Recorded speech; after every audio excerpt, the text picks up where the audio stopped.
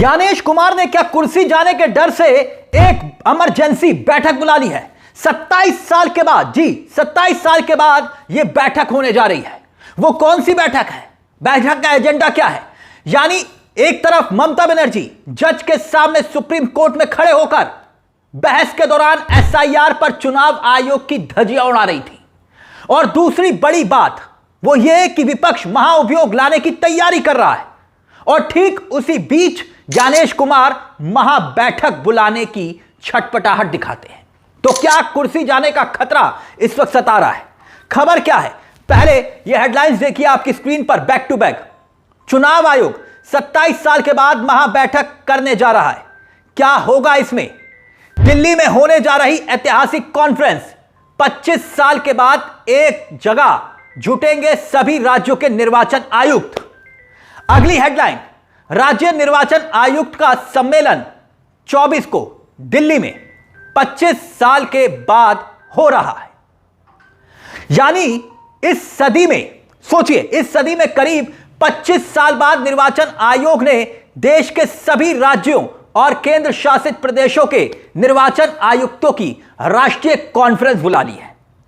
यानी ज्ञानेश कुमार जो खुद मुख्य चुनाव आयुक्त हैं, आज तक कभी इतनी छीछा लदर किसी चुनाव आयुक्त के कार्यकाल में आयोग की नहीं हुई जितनी ज्ञानेश कुमार गुप्ता जी के कार्यकाल में हो रही है।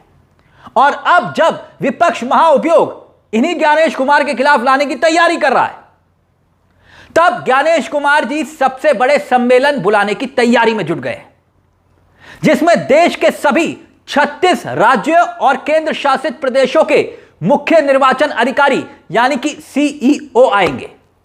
अब इस बैठक में क्या होगा, उसका एजेंडा क्या है, उस पर हम आए। मगर आपको बता दें कि यह जो सम्मेलन है पिछली बार 1999 में बुलाया गया था, यानी कि 1999 में, करीबन 26-27 साल पहले। और अब यह बैठक 24 फरवरी को होगी। तो क्या ज्ञानेश कुमार को अपनी खोई हुई साख को बचाना है? उसे बचाने की कोशिश कर रहे हैं वो, क्योंकि सम्मेलन होगा तो इसकी अध्यक्षता तो वो खुद मुख्य चुनाव आयुक्त ज्ञानेश कुमार गुप्ता ही करेंगे। उसके साथ चुनाव आयुक्त सुखबीर सिंह संधू होंगे और विवेक जोशी भी मौजूद रहेंगे।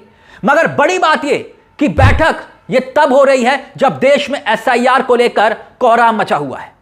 नाम पर बिना अपील और दलील के फॉर्म 7 के राजनीतिक इस्तेमाल से वोटरों के नाम काटे जाने की खबरें इस वक्त तमाम देश की मीडिया की सुर्खियों बनी हुई हैं।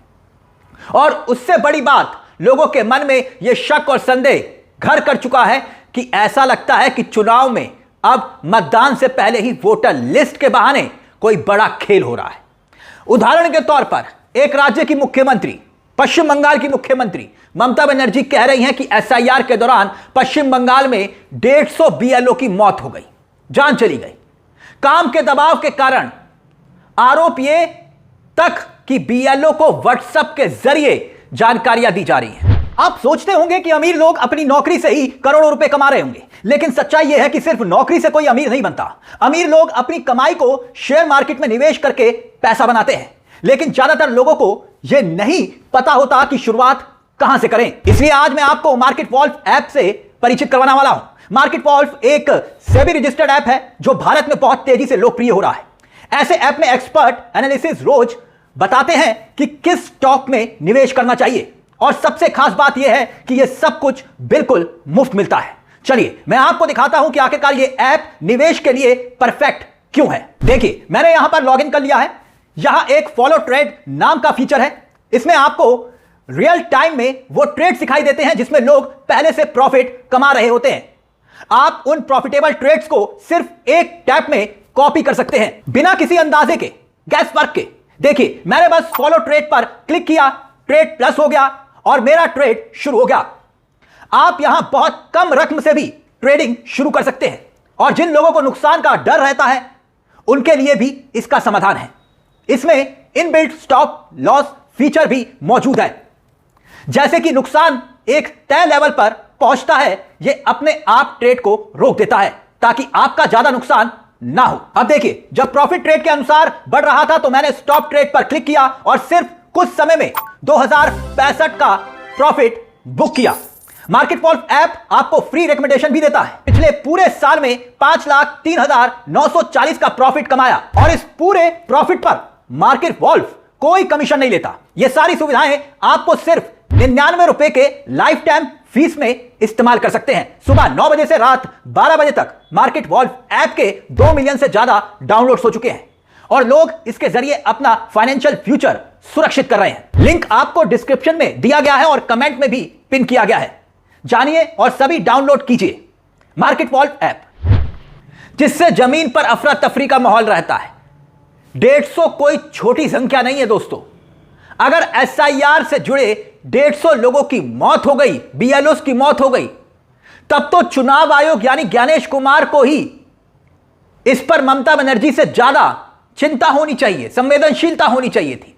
मगर क्या ज्ञानेश कुमार गुप्ता जी संवेदनशील दिखाई देते हैं या फिर दिखने की कोशिश भी करते हैं?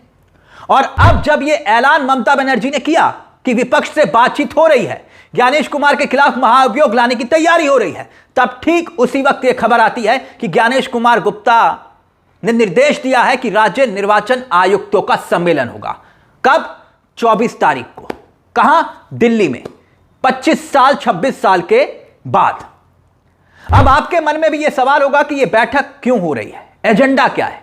जो खबरें छपी हुई हैं उसके मुताबिक देखिए क्या लिखा हुआ है, बैठक का मकसद क्या है। राज्य चुनाव आयुक्त अपने कानूनी और तकनीकी विशेषज्ञों के साथ चर्चा में भाग लेंगे और अपने सुझाव देंगे। मतदाता सूची की तैयारी, उसका पर्यवेक्षण, निर्देशन और निरीक्षण, साथ ही पंचायतों और नगर निकायों के सभी चुनावों का संचालन करना राज्य निर्वाचन आयोग की जिम्मेदारी है। आगे लिखा है कि इस सम्मेलन के जरिए इन सभी विषयों पर साझा समझ और समन्वय को मजबूत करने का प्रयास किया जाएगा। यानी समझ रहे हैं आप कि भाई अब सब कुछ तय किया जाएगा कि आगे एजेंडा क्या है। अब सोचिए यह मीटिंग ऐसे वक्त, ऐसे समय में की जा रही है जब देश में कई राज्यों में एसआईआर प्रक्रिया चल रही है। आने वाले महीनों में जिन राज्यों में चुनाव होने हैं उसमें मतदाता सूची नए ढंग से तैयार की जा रही है और इसी प्रक्रिया को चैलेंज करने के लिए पश्चिम बंगाल की मुख्यमंत्री ममता बनर्जी निर्वाचन आयोग को सुप्रीम कोर्ट तक खींच चुकी हैं। उन्होंने आयोग की कार्यशैली पर सवाल उठाए हैं। यानी एक राज्य की मुख्यमंत्री आयोग की कार्यशैली पर ना सिर्फ सवाल उठा रही है बल्कि पत्र लिख रही हैं। सिर्फ ममता बनर्जी नहीं बल्कि उत्तर प्रदेश के पूर्व मुख्यमंत्री समाजवादी पार्टी के अध्यक्ष अखिलेश यादव भी एसआईआर के मुद्दे पर चुनाव आयोग की भूमिका पर कोई कम सवाल नहीं उठा रहे, वो भी रोज सवाल उठा रहे हैं। बल्कि अखिलेश यादव तो सबूतों के साथ सोशल मीडिया पर फॉर्म 7 यानी फॉर्म 7 के दुरुपयोग के वीडियो तक ट्वीट कर रहे हैं।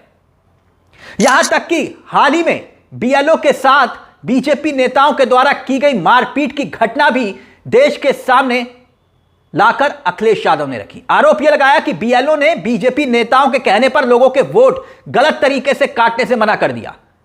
इस पर बीजेपी नेताओं ने बीएलओ की पिटाई कर दी। वैसे इससे पहले नेता विपक्ष प्रतिपक्ष राहुल गांधी भी मुख्य चुनाव आयुक्त ज्ञानेश कुमार और पूरे चुनाव आयोग को कटघरे में खड़ा कर चुके हैं। 3 प्रेस कॉन्फ्रेंस वोट चोरी को लेकर वो कर चुके हैं। एसआईआर के मुद्दे पर पहले बिहार में तेजस्वी यादव, उत्तर प्रदेश में अखिलेश यादव और पश्चिम बंगाल में ममता बनर्जी, दिल्ली में राहुल गांधी हर स्तर पर लड़ाई लड़ते हुए दिखाई दे रहे हैं। याद कीजिए 2 फरवरी को चुनाव आयोग के दफ्तर पहुंची, 3 फरवरी को दिल्ली की मीडिया के सामने अपनी बात को ममता बनर्जी ने रखा और 4 फरवरी को सुप्रीम कोर्ट में सुनवाई के दौरान ममता बनर्जी ने जिस तरह से दलीलें रखी, पूरा देश दंग था। बंगाल को टारगेट किया जा रहा है। ठीक चुनाव से पहले 4 राज्यों में चुनाव होने हैं। 24 साल के बाद 3 महीने में करने की क्या जल्दबाजी, यही बातें ममता बनर्जी ने कही। जिस काम को 2 साल लगते हैं उसे 3 महीने में क्यों किया जा रहा है? जब फसल काटने का समय है, जब लोग यहां पर सफर कर रहे हैं, तब यह सब कुछ क्यों हो रहा है?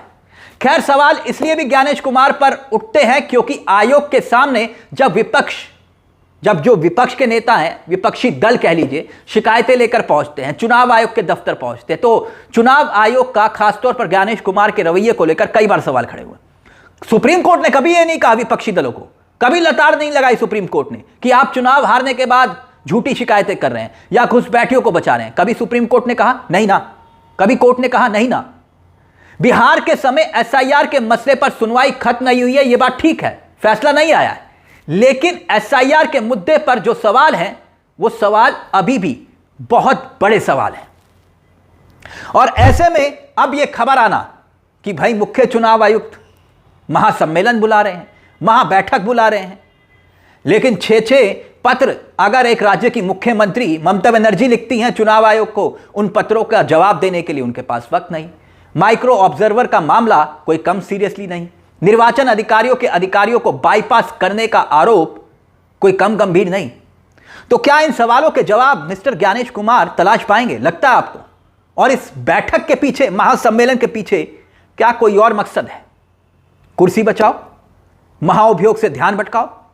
इस मुद्दे को लेकर आपकी क्या राय है? अपनी राय हमें कमेंट बॉक्स में जरूर बताइएगा। मुझे तिलक चावला को दीजिए इजाजत, एक छोटी सी दरख्वास्त, चैनल को सब्सक्राइब जरूर कर लीजिएगा। यह मंच आप ही का है जहां हम सिर्फ खबर नहीं दिखाते बल्कि खबर के पीछे की खबर भी बताते हैं। मार्केट वॉल्फ ऐप के 2 मिलियन से ज्यादा डाउनलोड हो चुके हैं। लिंक मैंने कमेंट में पिन किया है, बस क्लिक करें और अभी डाउनलोड करें।